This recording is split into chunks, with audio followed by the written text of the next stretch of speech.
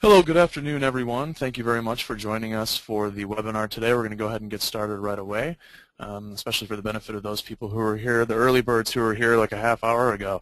The topic for today is bang for your marketing buck. We're looking at ways to generate return on investment for marketing professionals, and today's topic in particular, pushing the E-envelope or envelope, depending on your preference.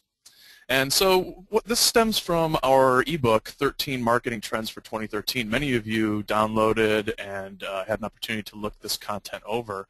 And for those of you who didn't, somehow you managed to still sneak in here. But ultimately, what we were looking to do is we sent out surveys to the people who did download the ebook and asked them about what they felt was the most important materials in there and the most important content that we could cover, and specifically the content they were most interested in getting more information and more details about. And the two that came to the forefront were email marketing and social media. And not surprisingly, since when we talk about ROI, those are two of the marketing channels that require the least monetary investment, provided that you're willing to put the time into developing the content yourself. The top challenges that were mentioned were budgetary constraints, and also keeping up with the latest trends and technologies. So we think these come together very well in that sense, that here you have two channels for marketing that don't involve a lot of money and investment on the front end, so you can work with those budgetary constraints. And by working within these channels, you're also forcing yourself to keep up with the latest trends and technologies for communication.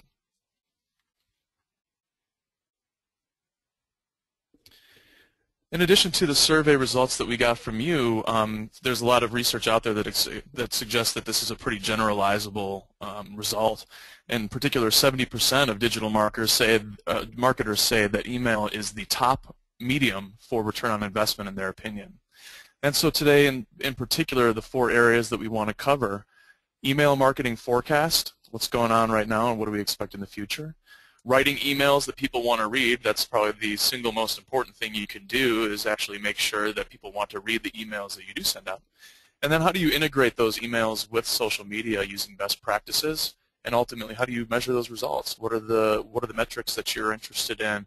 If we are going to say that this is something that provides ROI, we're going to need to measure it to make sure that's the case. And we want to do all of that, of course, without breaking your marketing piggy bank. So at this time, I do want to mention that there are some opportunities here to submit questions as we're going along. So if you have a question or a comment, you can feel free to share that in the chat window in the GoToMeeting chat box over there on the right side of your screen. And also, you can send your questions via Twitter as well. We've got a tweet chat going on right now with hashtag #emailchatroom. And we've got a wonderful person who's in there moderating that right now, and she's very lonely, so please keep her company. Fire off some tweets with that hashtag and keep her busy over there for us. We also are going to be sending out a follow-up email to everyone. That's going to include a survey and a special offer, as well as information about how you can share this webinar with other people that are in this recorded version. We think of marketing as being somewhat similar to music. If you paid to go see this guy in concert and all he did was just tap away on the same key and play the same note over and over again, how long would you listen? And do you think you'd be rushing out to buy his album afterward? Probably not. And it's the same thing with marketing. So even though we're talking primarily about email here, it's really important to remember that we are big proponents of integrated marketing and trying to make sure that you're sending your message across as many different channels as are relevant to your target audience within your budget. And you look at this guy, you can just tell he's not a one-note wonder here. I mean, he's got the sun beaming in, he's inspired, he put on his favorite blouse, and he's cranking out the love tunes. That's how I picture it anyway. So we hope that if you're half as passionate about marketing as he is about the Sonata, then we know you're going to do great. The first thing we want to talk about is our email marketing forecast. Talk about why email is so popular right now as a marketing channel. It's very cost effective, as we mentioned. You can do a lot without investing a lot of money, whether you can use a lot of different third-party email clients that don't require any kind of fee to sign up, or the fees are nominal depending on how many people you intend to email. It's extremely versatile. You can do anything from newsletters and typical promotions to contests and invitations. The immediacy is well known. It's something you can put together and send out right away, and you get immediate feedback as well, how many people are opening it, clicking through, etc., which leads to discussing the trackability. It's very easy to figure out how effective it is because you've got so many metrics at your disposal. It's also one of the more actionable marketing channels, both for you and for your audience, because you can include multiple calls to action that you can have people click through. You can include downloads, links to videos, buy or donate buttons, etc. And also it's green. For those who are environmentally conscious, sending out emails doesn't leave a real large carbon footprint.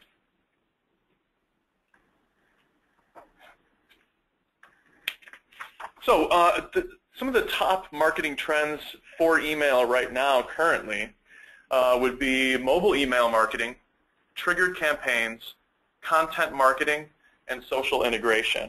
And we'll talk about all four of those in detail in the next few slides, which is to give a little overview here of what those are all about. With mobile email marketing, right now, about 40% of emails are being opened on a mobile device. That number is expected to nearly double in the next few years. So it's really important that as you move forward, you consider whether or not your emails are mobile friendly. And that's something that right now a lot of the third-party email clients, the big players like Constant Contact, iContact, MailChimp, and so forth, they're making it a lot easier to do that right now with mobile email templates, so that ultimately you'll have your HTML version, your text version, and then your mobile version. And before long, those are going to be standard, that you'll probably be required to have all three of them. And the reason is because when somebody's viewing an email on their mobile device, it needs to function differently than it does on a normal browser. It needs to be short and simple because you don't have a lot of space to work with. The text should actually be larger so that it comes across more clearly. And anytime you have a click-through, that space needs to be big enough for a fingertip to press it with accuracy. So a minimum of 44 by 44 for your click space. There's a few things that are worse than when you are trying to click through on something on a mobile device and it takes you the wrong place because it's too small, or you can't seem to hit the sweet spot, or you got to blow it up like 6 times just to be able to get to it. With any email, with any version of your email, you want the call to action to be very prominent. So if this is something if it's just going to be an Outlook, you want to make sure it's above the fold or fits into the preview pane. For a mobile device, you've got to make sure that call to action really stands out. And also that the images need to be small. And that might kind of seem a little bit counterintuitive because they're already looking at it on a small screen. But the larger you make the images, the longer it takes to download those images. And also it's really important to have a single column design. That's really the best way to fit everything into that space, regardless of what the mobile platform is. And it's a good idea to test them out in different platforms, just like you would you might test your HTML email out by looking at it in Firefox and IE and Safari. You would want to make sure you see how your mobile looks on iPhone, iPad, Android, BlackBerry, etc. The next top trend is triggered campaigns, and this is something that's the key here is automation and segmentation. That really what you want to do is try to see if you can automate the population of emails to get to people when it matters most to them, when their interaction with you is the highest. So we've got a couple of samples here. A welcome from Macy's. So this is like right after somebody signs up for their Macy's account online, this is an automated message that goes out. It's triggered by that event, and it follows up with one more touch and asks them to keep coming back, and if you can put special promotions in here and that sort of thing to make sure that they continue their interaction while you're already in front of them. With the birthday one, another one that's triggered by an event, if you have this information, really the idea here is to utilize the data that you have about your audience. So whatever you have in there that might be useful, it could be based on demographics, it could be based on activity, it can be based on absence of activity. And we see that in these next couple samples here. So here's an abandoned cart on the left from Zappos, and it's pretty creative too. So I think this is a good example. I like this one a lot. The subject heading is, your shopping cart is so needy. And then the follow-up to that, it says it wants you to complete your purchase. What I like about this here is that they're willing to take some chances. I think what they look at, they say, okay, we had this person on the brink, they were ready to go, They had an item in their shopping cart, and then they went away. Really, we're in nothing to lose mode here. What if we sent them something that's a little bit edgier than what you might put in a traditional widespread marketing campaign, but it's just creative and clever and fun enough that it might engage them, and that also follows and it's consistent with the Zappos brand. The last one we wanted to show is an upsell, and this is one that it's actually triggered by a monthly invoice. So in this case, Verizon is sending a bill out every month, but while they're at it, they can put this nice little upsell in here. You may qualify for an upgrade. So whether or not that's true, they could also be triggering that based on whether or not it's been 2 years or whatever your contract stipulates. They might be able to use that information. Again, the trick here is to utilize the data that you have and figure out what's relevant for you and for your business and for your audience. These examples are great for B2C, and that might be what your concern is, but for B2B, it might be something different. It might be, when your customer's fiscal year resets, and so you want to make sure that you're in front of them at the right time. Or it might be something that they've got big events going on in a certain time of year, and you want to make sure that you're getting a couple extra touches in before that happens. So for you, it's about, the challenge for you is to figure out when is that message going to be the most relevant based on what you know about your customers and your target audience, and then automating these emails to be sent out so that you aren't having to sit there every single day investing a ton of time in it, something that you can do once. Now here's the caveat to that. You don't want to just set and forget these. If you do that, it's going to run the risk of becoming irrelevant or outdated, or it's going to be repeated so many times that they understand that it's no longer, it doesn't really possess the same power if you continue to do that. So you want to go back and review it periodically. But ultimately, the nice thing about this is that even though you're working with lower volumes, you're going to get much higher open and click-through rates if you manage to match that relevance of the message with the timing that's right for your target audience. Number 3 on our list of top email marketing trends is content marketing. And this is really, these are the 4 critical steps of content marketing. And a lot of people skip this first one, strategy. What happens more often than not, people go out there and they say, hey, I heard about this content marketing thing. That's a great idea. We want to do content marketing. Let's put together some content and promote it. And without really taking that initial step and tying it back to your mission statement and your business goals and objectives, you've got to make sure that you do that. And so that when you are putting this content together, it's based on those same strategic business goals, that it supports your brand, your identity, and what it is that you're trying to communicate to your target audience. And in doing that, that's going to make sure that the content that you are producing is going to be relevant to them. When you create the content, you really got to do quite a bit of auditing, not only of the content itself, but also the target market. Make sure you've got a good sense of what people are interested in out there. So we did that when we did our 13 marketing trends. We did a lot of auditing of the content. We found out what are the things that are trending out there. We did keyword volume research to find out what people are searching for and what people are interested in. And we also did analytics of our own website. We looked at what are the pages on our site that people are most likely to be visiting or staying at the longest or downloading more information from. And in this way, we were able to put together a piece in the Marketing Trends ebook that was very popular and got shared quite a bit and really has been very effective for us.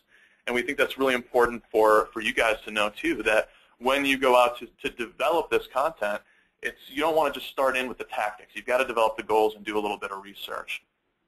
So once you've created that great content, there's a lot of different ways to promote it, and the key is really getting out there and trying to promote it across multiple channels and getting the most life out of it that you possibly can. So here we've listed a lot of different ways to do that. In our next slide, we'll talk even more about that. And then ultimately, conversion. It's great to have that content out there, but what is it doing for you? Is it just being put out there altruistically so that so that your target audience can get this great information? No. I mean, that's ultimately we're marketers here. So we want to convert these people into qualified prospects, leads, and ideally customers. And we can do that through a number of different things. I think the last one on the list here is probably the most common, gated content, that if you've got something that is really attractive, that people want, if they're willing to part with their email address in order to download it or have it emailed to them, that's a great way to get their contact information and be able to follow up with them on it. Other things like if you're sending it out via email, looking at the statistics, if you want to do A/B split testing with trying out a number of different things, you can try that by altering the content itself, or something that we'll talk about here when we talk about writing good emails, just doing A/B split testing with the subject header of the email that you use to promote it. And also the web analytics, finding out, okay, once this is up on your website, how's it working there? Are people coming to it, downloading it, and so forth? And can you identify trends and patterns there to improve your promotion? And we thought this would be a good time to share this case study with our 13 marketing trends. And really what we want to show here is that the key is to repurpose it and promote it using multiple channels. And I think we've done an excellent job of demonstrating that here, and we're happy to share that. So you look at what we did with this ebook. We felt that it's something that really begged to be spread out and placed around a number of different channels. So we started off, we did 4 different blog posts that were based on the ebook. So we took what we saw as the top most popular trends. In addition to having those in the ebook, we took those top trends and did specific blog posts about them to attract even more information, and then had the ebook as a call out and a download option from there. We also did a number of social media posts through LinkedIn, Facebook, Twitter, Google+, Pinterest. We developed an infographic, which you see on the far right there. So this was the 10 easy ways to increase email open rates. And if you haven't looked at that already, we highly encourage you to take a peek at it. It's a really nice way to integrate all that information into a very simple to understand, visually appealing graphic there. And we're also really big on these for multiple channels as well. So you can infographics is a great way to repurpose information and get more and more attention. And then so once we had that infographic, we figured we could do the same thing. So we distributed that through the blog, through the different social media channels, and also through email. And now we're getting ready to put out a new issue of our firm's magazine, and we'll be showcasing the infographic and the ebook there as well. And all of you are currently attending a webinar that was based on that ebook. So you can see that why content marketing is so popular, that once if you go through the trouble and go through those steps and you do strategize and develop and promote that content, there's you can get a lot of mileage and a lot of life out of it. The final important trend that we wanted to discuss today is social integration. And basically, okay, so once you've got email subscribers, how do you convert them into fans or followers, and then also vice versa? How do you get the people who are active with you on social media to sign up for your emails? And in this case, we will be talking about this, and we will be getting into quite a bit of detail about social media integration, but ultimately we need to put first things first here. And so before we get into integrating your emails, we need to talk about how do you have a great email to integrate in the first place. So our first topic on that point is writing emails that people want to read. Very important. The first thing we need to consider then is who it comes from. One of the first things that people look at when they check their inbox is who sent me the email. Who are you? Do I know you? Are you a human being? Are you info at? Are you a no reply? So the things you want to stay away from are just those. The no reply addresses that can't be saved to address books. The info ats, people delete them without even looking at them. And then, basically what they really want to know is that you're a person and that they can reply to you. Otherwise, you're going to get either just tossed out, or even worse, you could be flagged for spam. Another thing to note too is the preview pane in Outlook. You want to make sure that everything fits well within that. Once you've got the from figured out, there's the to. And the question to ask yourself here, obviously we have their email addresses. That's not what we're talking about. We're talking about how much do you really know about them. Have you gone into, when's the last time that you went into like your constant contact email database list there? And you went through and you segmented it based on important demographic and information that's important to your customers. It's really important, if you want to get the maximum impact from your emails, that content is relevant to the audience. And the easiest way to make sure that that's the case is to segment your audience based on what you know about them. So if you can come up with buyer personas, that's really the best thing to do. And if you don't know how to do that, feel free to give us a call or send questions about that, follow up with an email or something like that. We've got some good blog posts out there about creating buyer personas. But the idea is that you really want to segment that audience, and that depending on the content of your email, you can segment it in a number of different ways. We've listed a few here, whether it's the industry that they're in. For Sikich, we work with a lot of different verticals, and so when we're doing these emails, if it's going out to just our agribusiness vertical, that's important to know. That agribusiness, news and updates in agribusiness isn't going to be as important to people who are in industrial manufacturing or nonprofit organizations. And that's an obvious example, but for you it might be something that's a little more subtle. It could be job function, maybe something that's going out that's really going to hit home more at management level than it might with the C-level, C-suite. If it's B2C, or even with some B2B, it could be based on past purchases. Their purchase history, and you can take a look at trends and patterns there. You can forecast your sales and segment based on that. Same with the buyer frequency. Could be that the content of the topic of the content is something that's only going to speak to a certain number of people that you're dealing with. And so if you can take out those people who it doesn't apply to, you're going to get a better click-through percentage for sure. And it's also going to be appreciated by them that you took the time to make sure that you're not sending them irrelevant information, because if you do send out that irrelevant content to people, it's going to be more likely that they'll take the time to unsubscribe. And same with changes in buying behavior as well. If you're noticing that somebody's really dropping off or increasing, these are good times to reach out to them to either thank them or try to welcome them back somehow. And there's many, many more ways that you can segment your content to match your segmented audiences. These are just a few to get you started thinking about who it's going to. Next up is the pitch itself. And what's important here, this is what we're talking about, is the body of the email. And so one of the things that we want to talk about is brand consistency. Everything you do, this isn't just for email, but you should strive to make sure that your brand, your identity, and your message is consistent from piece to piece. So this shouldn't look or feel terribly different than your website or your printed brochure, for example.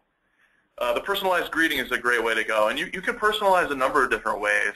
It doesn't just have to be, Dear Mike. This can include, you could have a line of personalization in there that references the company name, for example, or anything else that you can fit in your email database about your customers.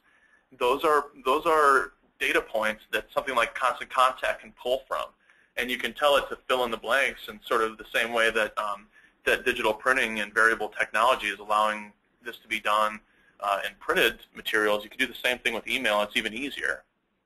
Of course, you want to be short and concise. The quicker you can get to the point, the better for people, because we all have a very short attention span, especially when we're dealing with unsolicited emails. It's got to be right there for you, and it's got to be good. So you want that call to action to be above the fold. And in particular, when you're thinking about if you're B2B and you know a lot of your target audience is going to be using Outlook, you've got to make sure that your call to action fits in that preview pane. Because it might show up if you're looking at it in Yahoo Mail or Gmail or something like that, but if it's getting cut off by that preview pane, you're doing yourself a disservice, because people want to see that call to action right away. They want to know what it is that you're asking them to do. You also want to have a good ratio of text to images, and what we're talking about as far as a good ratio, the more images you have, the longer it takes to download. And also, the more open space there is in your email for people who have the images turned off. So you don't want to just have it flooded with images. At the same time, there's a lot of research out there that shows the value of images, and in particular, there's an interesting study by 3M Corporation that says that our brains can process visuals 60,000 times faster than we can text. So it's good to have those things represented visually if you can, but again, the key here is to find that nice balance, sort of the Goldilocks zone. It's pretty much considered commonplace at this point that you would have both HTML and text versions. I would add mobile versions into this as well. So check and make sure, see if your third-party email client that you're using has that option, has those templates available already, and if not, what it takes for you to be able to get that programming done yourself. Make sure that your links work. Make sure that your unsubscribe and subscribe buttons are visible, and your social sharing buttons too. We'll talk later when we get into the integration about just how important it is to have those social sharing buttons very prominent. This is probably the single most important element of your email, and that's the subject line. That in this case, we're talking about 64% of people say that they open an email because of the subject line. I bet you the number of people who say that they don't open an email because of the subject line is probably way higher. I know for me that's huge. I mean, I'll look at it and I'll see who it's from, but ultimately, even if it's from somebody who I recognize and I've done business with, if that subject line doesn't grab me, I'm not going to unsubscribe, but I'll wait for the next one. I'm just going to delete it without really looking at it. So this is a very important statistic, because these are people saying that they will open an email, which is what we're after here. So we've got a number of things that we want to talk about for do's and don'ts, and I think the don'ts really kind of speak for themselves, but to elaborate on those do's a little bit, when we talk about being concise, we're talking about 50 characters or less here. Ideally, if you can get it around 30 to 40 characters, that's even better. You really want to think about this also being mobile friendly, so that somebody who is checking emails on their mobile device is going to be just as attracted to the subject line as someone who's looking at it on Outlook or in another email. With being direct, 10 easy ways to increase email open rates. That's an example. You've got to get to that point as quickly as you can. Don't beat around the bush. Don't bait and switch. Don't try to rope them in with something that's too clever by half and then they go away. Let them know exactly what they're in for, because that's really what we're all after. We just want to know. We know there's a catch. We know there's a reason you're emailing us. Just tell us what it is. And that gets also to creating that sense of urgency. And a couple things that you can do with creating that sense of urgency, if there's something timely going on, the example we talked about before with if there's an update out there in the world of agribusiness that we want to get out and let people know about, that's a great opportunity to convey that urgency. So if there's something for your business where there is items in the headlines and there's news going on out there that's relevant to your target audience, it's an excellent time to get out there and share that information with them, put your little personal spin on it, let them know that you're still the industry expert out there who's got their best interests in mind and looking out for them. And if it's something that's not really so news related, but it's more promotional related, then you can create that urgency for upcoming events like register, only 2 days left to register for our annual summit, or supplies are limited, sign up now, and that sort of thing. As far as being actionable, before you even send it, you've got to decide what it is that you want your target audience to do. Do you want them to visit your website for more information? Do you want them to download a PDF? Do you want them to go check out your video? Do you want them to buy something right from the email or donate to your cause? You've got to think about what that call to action is, so that the rest of your email is based on that, including the subject header and also the call to information and the supporting text around it. Be beneficial if you can. This is a great thing. We talk about this with clients all the time, and this goes for marketing in general, not just email marketing. A lot of times, as business owners or people who are in marketing and closely tied to what it is that we do, we tend to focus more on the features than the benefits. We talk about the things about our products and services that we think are really useful, that we think are different and unique, and that we want to highlight. But the goal here is to think about it from a point of view of the target market, and then from your audience's point of view. What is it what's in it for them? What about those features is beneficial for them?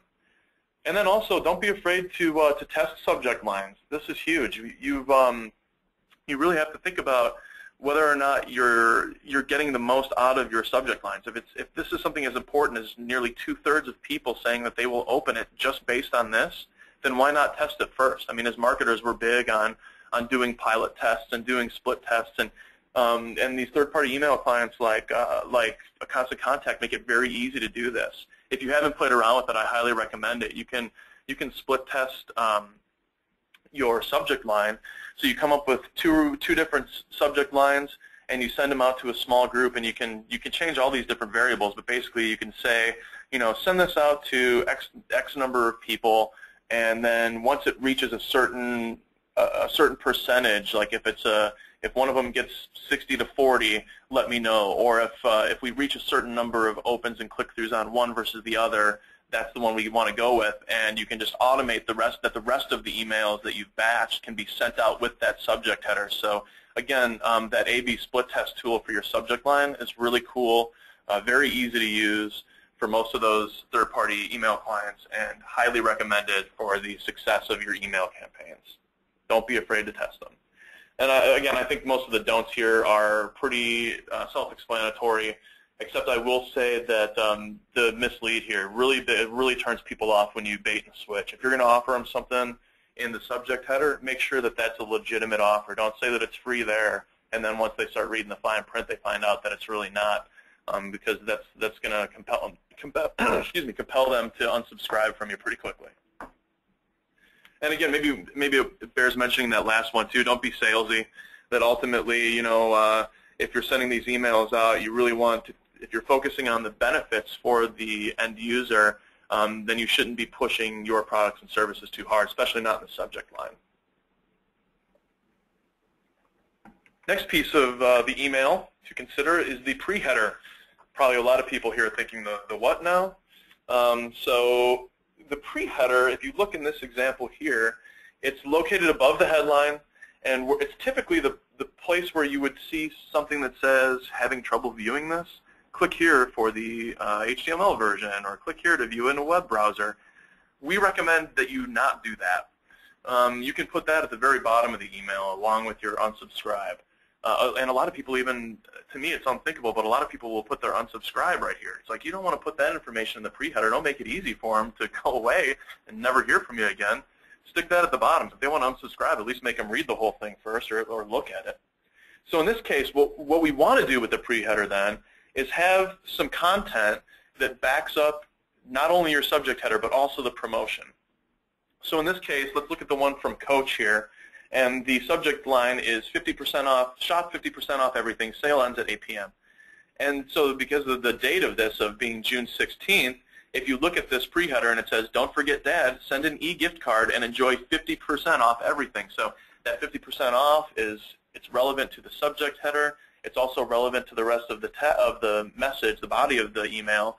But it calls out something that's a little unique here. So maybe you're going to tack on a little something for the people who are like, okay, yeah, that's true. Wasn't really thinking about Father's Day, but while I'm here, I may as well. I'm not sure what you're getting from for Dad from Coach. Maybe, I guess, wallets, but that's neither here nor there, I suppose. Same thing with the one from Nordstrom Rack. You see the subject line is get your hands on the hottest bracelets at the best deals. And so what their pre-header says is stackable bracelets starting at $7. Just a nice a quick little promotion that they're dropping in there that's relevant to the body and the subject header that might be just one more thing that might grab their attention.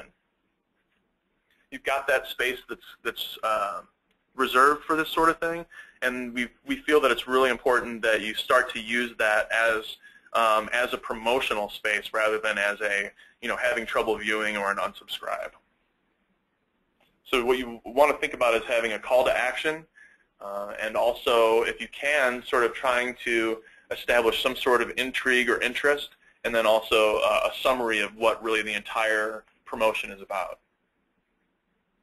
So here's a couple of do's and don'ts for you on pre-headers, since this is kind of unfamiliar territory for a lot of people. So make sure that you give that incentive and summary. You definitely want to display a link so that you can forward that to a friend or share via social media. And also to get that call to action in there that's really going to push them on the urgency. You do not want to repeat yourself. So even though we're saying it's a summary and an opportunity to sort of to have more information about the promotion that backs up what you're saying in your subject line and in the body of your email, you don't want to just have it be repetition. So you don't want to have somebody read 50% off everything in store and then in the subject header, and then the pre-header says the same thing, and then the first line of your email is the same thing. So at least change it, tweak it up a little bit. And again, no reason to start off with the having trouble viewing this or the unsubscribe. Next section, as promised, integrating email and social media.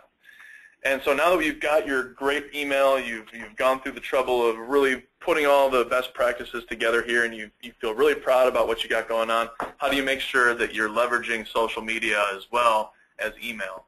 And you can see in the graphic here that it was kind of the notion used to be that it was sort of either or. You know, were you going to be doing email marketing or social media? And I think the prevailing feeling was that you didn't want to overwhelm people with the same message electronically. But ultimately, what we're seeing is that that's not the case. That really these things should be working in conjunction with each other all the time. That's truly best practices for social media and email marketing. That people will not hold it against you. If you happen to have people who are on your email subscribe list and their followers, they don't hold it against you if they get a similar promotion or a similar message from you through both of those channels. They know that it's in their power to unsubscribe from either of those if they choose. And I think that, you know, more often than not, they probably see you as being savvy and being more efficient in your communications when they do see that these things come through multiple channels. The reason why it's so important to do this is that when you include those social sharing buttons, so if you include your Facebook, LinkedIn, Twitter, and Pinterest, etc., when you've got that there, your click-through rate is 115% higher than emails where that's not sent. And the primary reason for this is that you're offering those subscribers more avenues to connect with you. So you can imagine that without those social sharing buttons, you're really relying on whatever your campaign-specific call to action is. So maybe it's like you're trying to get them to click through to learn more about a promotion or something. Well, maybe that promotion didn't necessarily speak to them, but there's something else about your organization that is of interest, and they might want to connect with you on LinkedIn, or they might want to, you know, check out what you've got going on Twitter and determine whether or not they want to follow you and so forth. It also is really great way to extend the reach of your content. So if you're putting those things out there through email and you can get it shared via social media, it's a great way to expand that reach. And that also, in turn, will help you take advantage of opportunities to grow your email list and also provide you with metrics so that you've got even additional insights into your customers. And we'll talk a lot more about the different metrics that are available for email marketing. So what is it about making that connection that's so important? Well, it's really including those social sharing buttons in the emails is significant, and really being explicit when you asking your email subscribers to share and connect, and also asking the people who follow you through social media channels to subscribe to your email. One easy way to do that is to send out an email that is dedicated to promoting your social media channels. So you can send something out. If you look at the sample here from Sikich in the blue window there, the get updates via email. This is something that we can put on our website. We can put this out there in social media channels and try to compel people to sign up to subscribe for emails from us as well. Conversely, the one that appears in the gray is the one that we would send out as a call out within our emails that allows people easily to connect with us via what we consider to be our top 4 social media channels. So, you know, if you're going to do that, it's important to provide incentives for people. You can see that in the example. Author C.C. Chapman down there had just finished publishing a newsletter, or actually he'd finished writing it and was not publishing it yet, and figured this would be an opportunity to give people a sneak peek. So something like that could be just enough of an incentive to connect and ultimately, you know, possibly interact more through social media and emails. Put the email opt-in forms for Facebook. You can include live feeds in your email and online. This is kind of an interesting one, so it's something that you're seeing more and more of now. But for instance, if we've got an email that we're sending out, we'll use our agribusiness example again. Let's say that we've got something important that's going out to our agribusiness vertical, and we send that email out. We can put a live Twitter feed in that email. Now, what the value of that is that if it's something that somebody comes back to a week later, what they see in that feed is going to be our most recent Twitter feed. So it's going to be refreshed with additional content, and that new content might be something that compels them to interact with us again and get that next touch that we're all interested in, that next level of interaction with them. And then you can also include the retweet this buttons in your emails as well and try to spread the impact of your message that way. Of course, as marketers, it's very important for us to measure our results and know how things are working and to be able to determine what's working, evaluate what is and what isn't, and make changes to those things and then test them all over again. So the things that we typically would measure would be the deliverability. So, you know, those are the stats that come back that tell us what your bounce rate was and, all those wonderful things. The open rate, which I think the open rate, you see a lot of controversy about how useful that really is.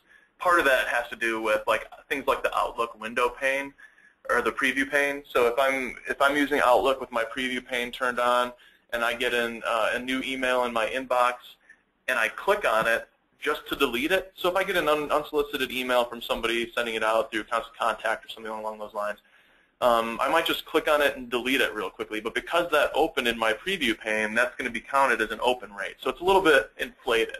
What we tend to focus more on is the CTR, which is the click-through rate.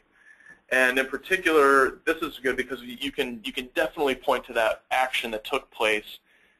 You know for a fact that that's not going to be inflated. If somebody clicks through on one of your calls to action, you'll know that that was something that they proactively did. And so in particular, you can look at whether or not there were particular calls to action that were more effective than others. You can check your click-through rates on social media buttons in the email. And then it's important also to check website traffic from email. And this can be done a couple ways. Number one, if you've got a call to action in your email that allows them to click a link that takes them to your website, that's a really easy one to track because you can do that through Constant Contact. But what I would recommend is that's actually probably less than half of the equation. If you have something on your website beyond Google Analytics on the back end that allows you to follow those people and see what they did, if somebody clicks through on an email, we should be interested in what they did once they were on our website. And we can match up the time signatures. We can match up the IP address. There's a lot of different ways we can figure out who that was and where they went once they were there. And those are the sorts of metrics that we can dig a little deeper to get. It's a little bit more than just looking at the dashboard on Constant Contact.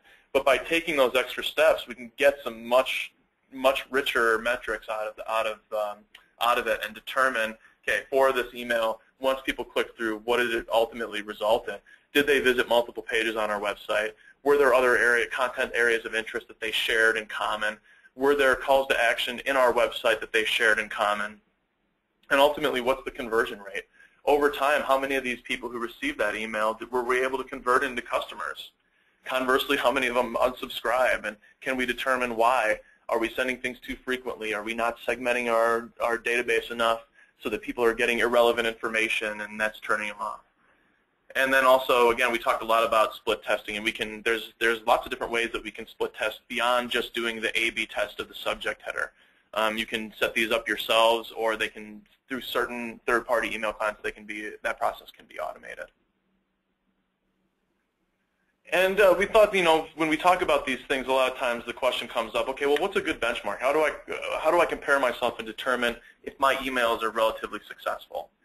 This is kind of a tricky one because it really varies a lot depending on the industry and depending on what's going on. You might, so for example, we were looking at a lot of those samples were retail B2C. And so for those organizations, the open rates and click-through rates are going to tend to be a little higher. Actually, that's not. I should take that back. The open rates are actually going to tend to be a little lower for them because you don't have the inflation from Outlook for most people who are just viewing their personal emails. But the click-through rates are going to be significantly higher. And a lot of that has to do with the fact that they do a really great job of sending relevant information in a timely fashion. So it's a little lower for B2C, but roughly, 15 to 20% opens is pretty good. Again, I would caution you against getting too excited about open rates depending on the circumstances. But the click-through rates, these are small numbers, but for marketing, we're accustomed to this. I mean, this is nothing that you would see higher numbers from direct mail, for instance. So 3 to 5% is great. If you get 3 to 5% of people clicking through from an email and taking that next step of interacting with you, you should feel pretty proud about what you put together, and you should feel that there are at least some successful elements from your email marketing campaign. And then your unsubscribe rate. Typically, you want to see that be less than 0.5%. If you're getting like more than this unsubscribing from your emails, then there's definitely something that you should consider doing differently. Because think about everything that it takes to unsubscribe from an email. It's so much easier to delete it. For me to unsubscribe to it, it means that I have to basically get frequent irrelevant emails from the same source to actually go into one and say, okay, I'm going to actually now take the trouble to open this and find the unsubscribe button, go through it, type in my email address, whatever else I'm going to have to do. And then ultimately, you've got to tie all this back together. As we said, everything that you do with email marketing, not only should it tie back to your brand and your identity in terms of being consistent in the look and feel, but it should also be integrated with other channels. You don't want to rely solely on email marketing. And this is this slide here kind of shows what we do, and this is for our team is marketing and public relations within Sikich. And we've developed this infographic to tell our story. It's a molecule that shows that basically the way we conceptualize marketing and truly integrated marketing is that it all starts with a great understanding of your target market. Same thing for email. You've heard this mentioned a number of times in the webinar, the significance of segmenting that audience and making sure that that message is relevant to them. That's all based on that understanding of who they are and what's interesting to them. So once you have that information, then what your goal should be to surround them with as many different marketing channels as you can, provided that they're relevant to your audience. Something like in the bottom left there, kind of at the 7 o'clock position, packaging. You know, depending on what you do, you might not have a need for packaging and product packaging. So that might not be relevant to you. But certain things like brand and identity and website and the direct marketing with email and so forth, these are all really important for just about any organization.